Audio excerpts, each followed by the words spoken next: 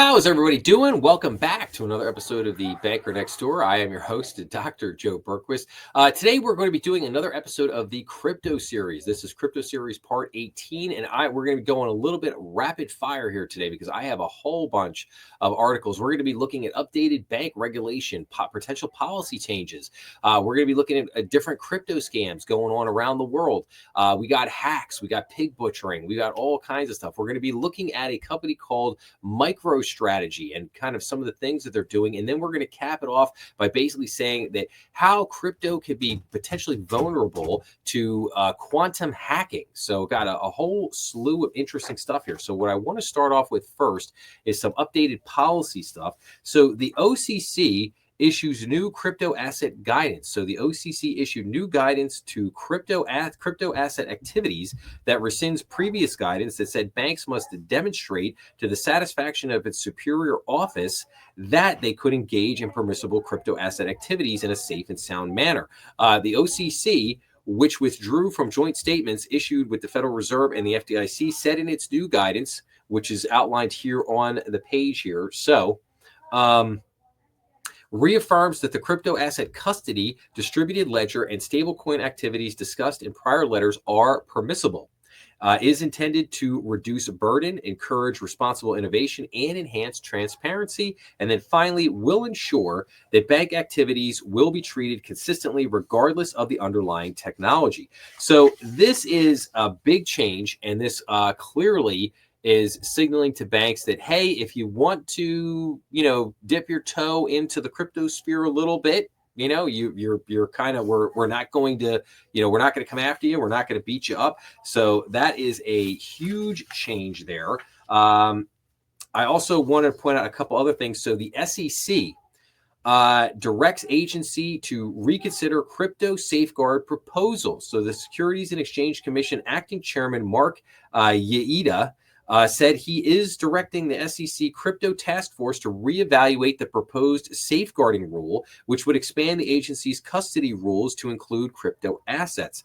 Speaking in San Diego, Ueda said, commenters have expressed concern with the broad scope of the proposal for investment advisors. So he has asked SEC staff to work with the task force to consider appropriate alternatives, including its withdrawal. The SEC proposal would broaden the application of the current custody role, expand its coverage from funds or securities to all client assets, amend the definition of qualified custodians, and make several other changes. So again, big news there. We'll have to see what happens there with the SEC.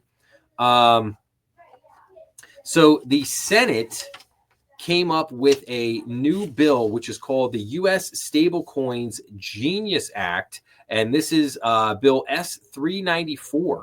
So this would establish a federal supervisory framework for stablecoins and their issuers. So the bill, so let's see, hold on a second here. So bill to disallow payment yields or interest on stablecoins, which would incentivize consumers to shift funds out of community bank deposits and into stablecoins.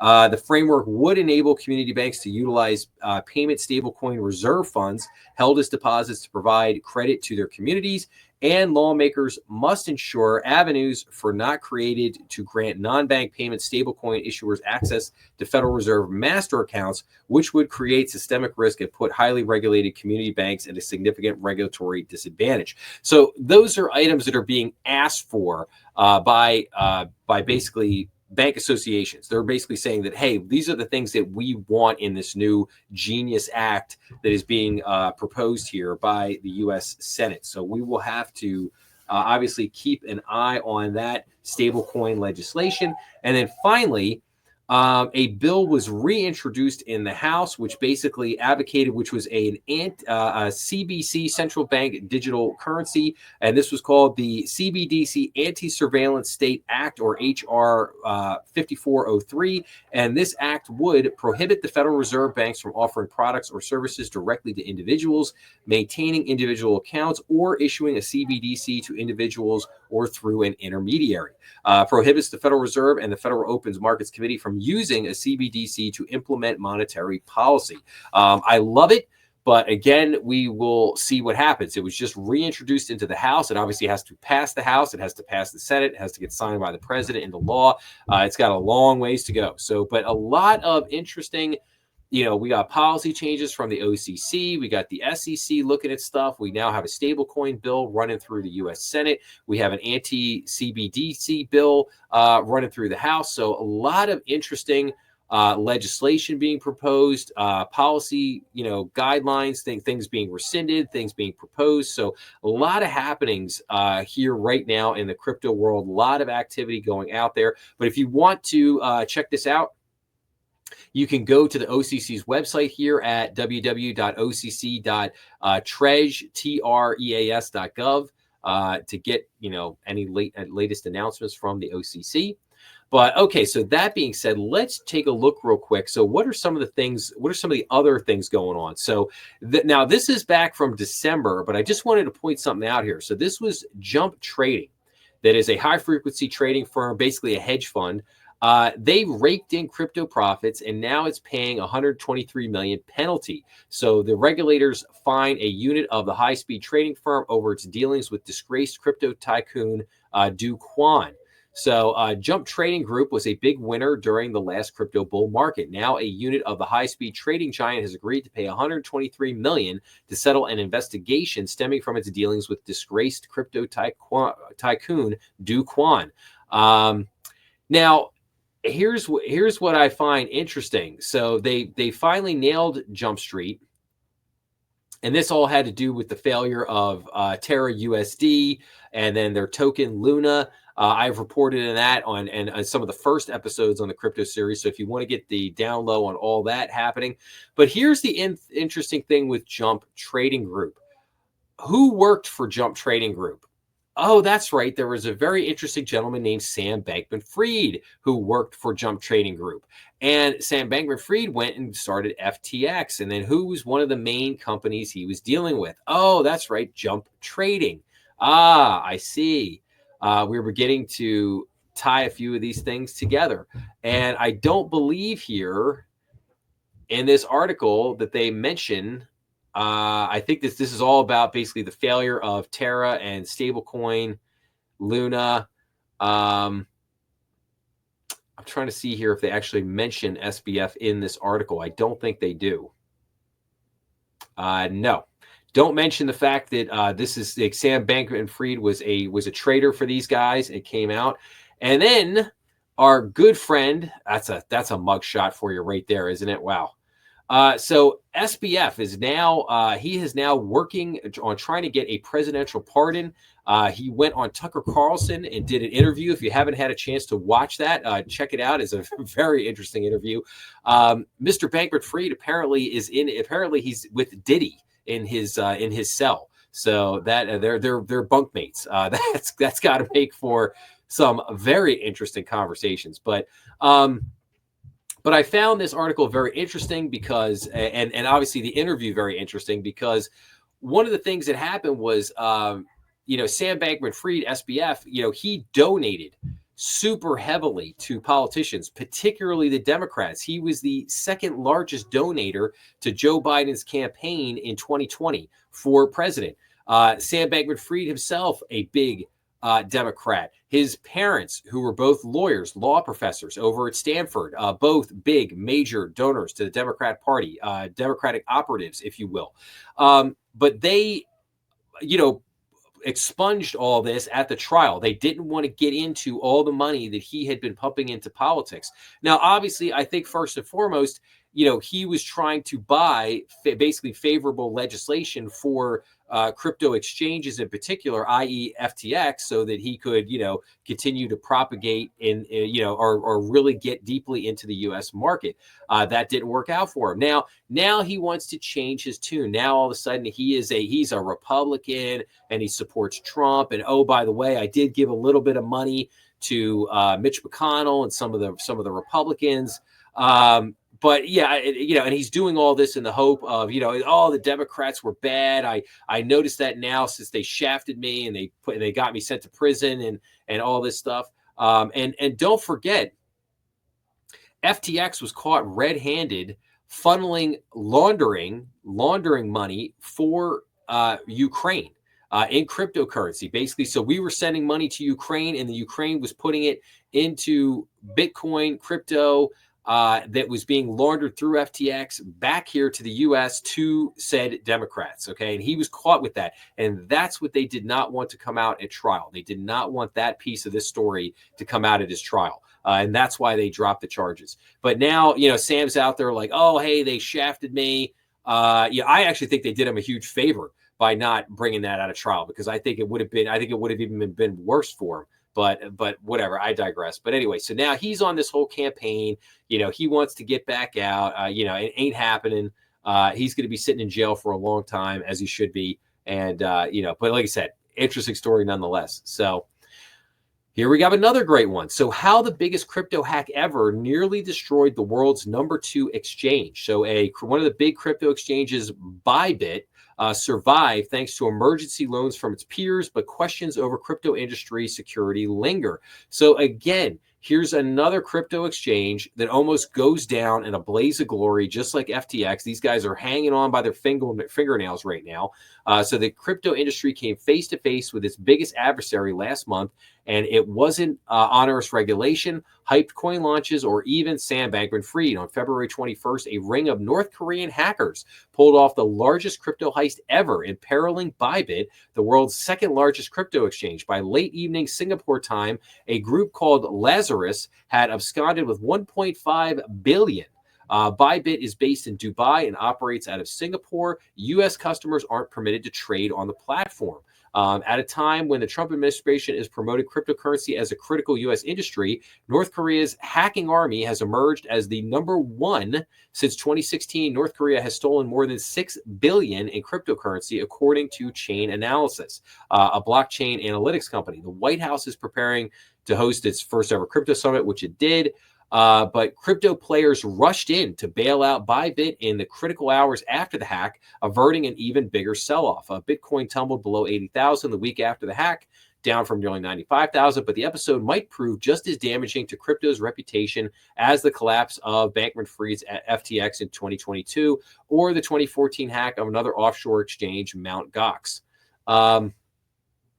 And then it has, top 10 biggest crypto heists of all time. You got Bybit, by far the biggest one here at 1.5 billion. We got Poly Network, Ronin, BNB Chain, CoinCheck, Mt. Gox, FTX, Wormhole, BMM, Bitcoin, PlayDAP.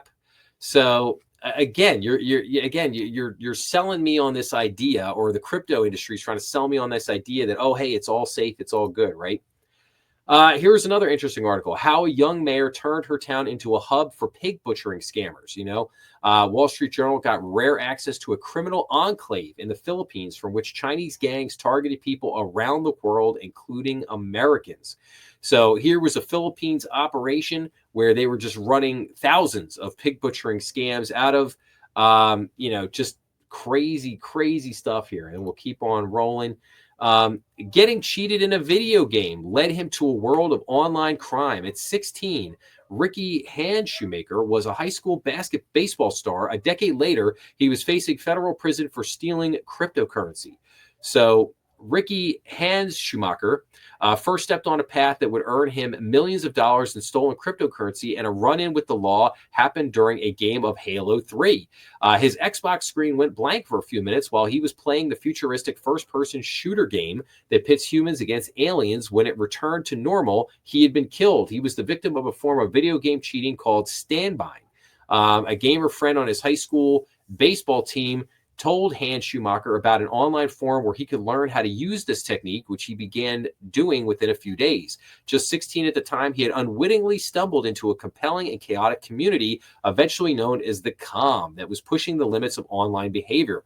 Over the next 15 years, this group of gamers and hackers would grow up with Handschumacher emerging as a major cybersecurity threat.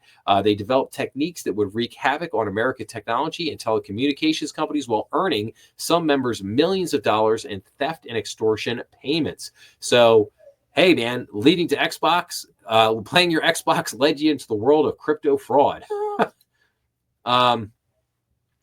Okay, now here's an interesting. We're talking about MicroStrategy here first. So I got MicroStrategy, and then we're to cap it off here in just a second with this article on quantum computing and how that could affect crypto. So we got MicroStrategy here. We got this guy Michael Saylor, who's running this company, MicroStrategy, who's running around buying up, all the Bitcoin he could possibly get his hands on. There's a couple articles here. The investing cult fueling MicroStrategy's ascent, have fun staying poor, rally propelled by group of rabid followers who are missing songs, pouring whiskey, and spending hundreds of hours researching the stock. Then we go into the man making billions from the wildest Bitcoin bet. MicroStrategy's Michael Saylor is buying as much of the cryptocurrency as he can. Some big name investors are going along for the ride. Now, Michael Saylor's been around Wall Street for a long time, and he's got a pretty checkered past. One of the companies that he ran collapsed colossally in the dot-com bubble burst. And here he is. He's kind of like, tag team back again, as they say. So now Michael Saylor, he's kind of emerged as the public face of, MicroStrategy and their whole strategy to basically just buy up all this Bitcoin and sit on it. You got a lot of people saying it's brilliant and a lot of people saying it's a total scam. We'll have to see, how that plays out. But then we also have this behind MicroStrategy's Bitcoin bet, investors who usually play it safe. Bitcoin bonds offer insurers and other investors a different way to play crypto.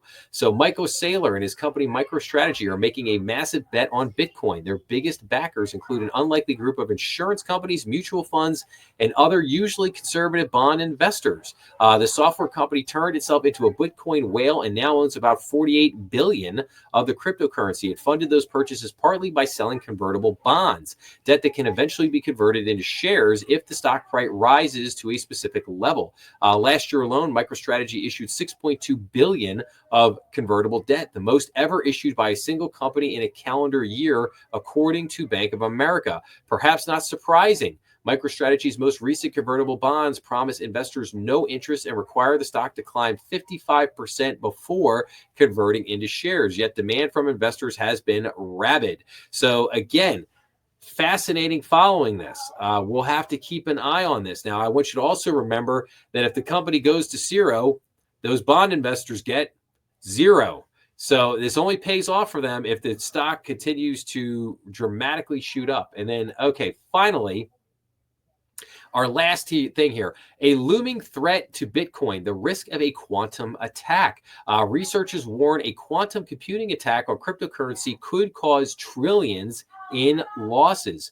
So the nascent technology, which drew attention this month after Google claimed a breakthrough with its new Willow quantum computing chip, could one day enable hackers to break the encryption that keeps Bitcoin secure. Such a hack could torpedo Bitcoin's price by allowing thieves to swipe coins out of supposedly secure digital wallets. Researchers say a quantum device powerful enough to crack Bitcoin is likely a decade or more away. Still, advances in the technology pose a long-term risk. Unless Bitcoin's fractious community of developers beef up its technology in a time-consuming upgrade, a quantum computer attack on Bitcoin could have harmful spillover effects on traditional financial markets, warn analysts. What you've got here is a time bomb waiting to explode if and when someone gets that ability to develop quantum computer hacking and decides to use that to target cryptocurrencies, said Arthur Herman, senior fellow at the Hudson Institute, a think tank based in Washington, D.C. A 2022 Hudson Institute study estimated that a quantum hack of Bitcoin would cause more than $3 trillion in losses across crypto and other markets and trigger a deep recession. Herman said the likely costs of a quantum hack have swelled since the study came out, as Bitcoin has climbed to near 100,000 and grown into increasingly mainstream investment asset. So very, very fascinating. So in other words, what they're saying here is that the quantum computing power could become available to people at a time in about 5 to 10 years when, if cryptocurrency continues to take off, it continues to become more of a mainstream product, it becomes more and more of the financial system, these two things could meet at a point where it could create a disaster. So So I think security, again, we talk so much about, Bitcoin is built on the blockchain. The blockchain so secure. Well, it is secure, but it's not as secure as people think it is. And again, the question remains, could quantum computing one day blow the whole thing up? We don't know. We'll have to see. But anyway, so that's a wrap on this episode of the crypto series. Again, as you see here, there's all kinds of crazy stuff happening in the crypto space. We got regulation, we got policy changes, we got all kinds of frauds. We have Bitcoin exchanges still potentially blowing up. We've got SBF trying to get out of jail. We got quantum computing lurking in the background. We've got just all kinds of madness as always in the crypto space, and I will continue to bring all this stuff to you guys in future episodes. But with that, I will say, if you like this episode, please make sure to like, share, and subscribe, as it always helps the channel. Remember, we are on YouTube, Rumble, and all major podcast platforms. Please be sure to leave your comments down below. And as always, make sure to check out some of the other content on the channel. And please remember, BND Strategy Room every Saturday night at 8 o'clock. Make sure to check that out tomorrow night. I hope to see everybody there. Until then, have a great day, and I will see everyone again real soon. Thanks a lot.